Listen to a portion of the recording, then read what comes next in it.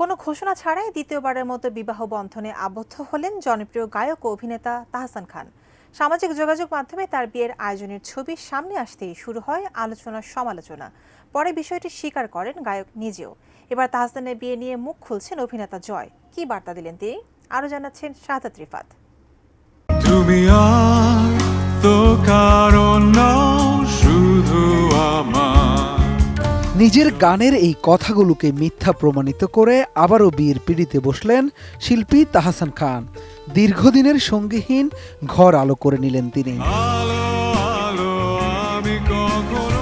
মিথিলার অধ্যায় শেষ হওয়ার 7 বছরের মাথায় যুক্তরাষ্ট্রের মেকআপ আর্টিস্ট রোজাকে বিয়ে করলেন এই গায়ক, যার পুরো আয়োজন ছিল একদমই গোপনে।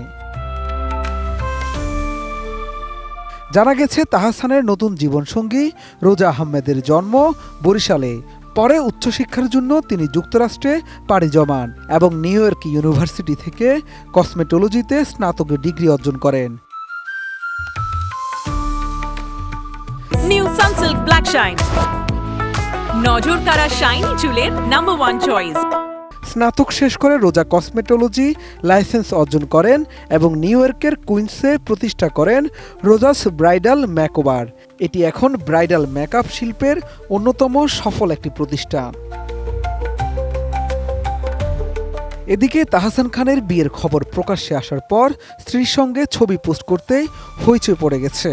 নেটিজেনদের পাশাপাশি অনেক তারকাকে এই প্রসঙ্গে কথা বলতে দেখা গেছে। এবার কথা বললেন উপস্থাপক ও অভিনেতা শাহরিয়ার নাজিম জয়।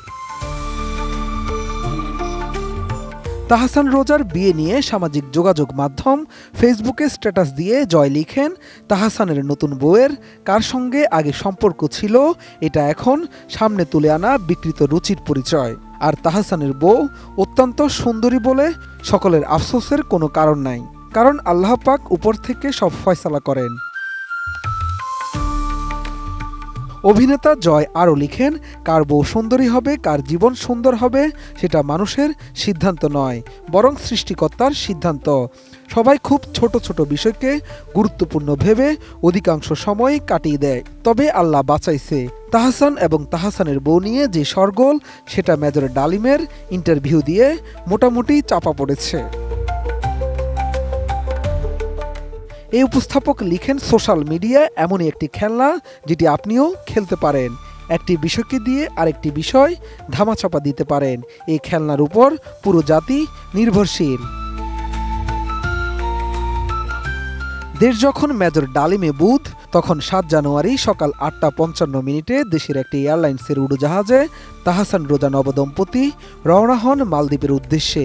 3-4 দিন সূর্যময় দ্বীপরাজ্যেই কাটবে তাদের মধুচন্দ্রিমার বিশেষ মুহূর্তগুলো। শাহাদাত রিফাত, এটিএন নিউজ, ঢাকা।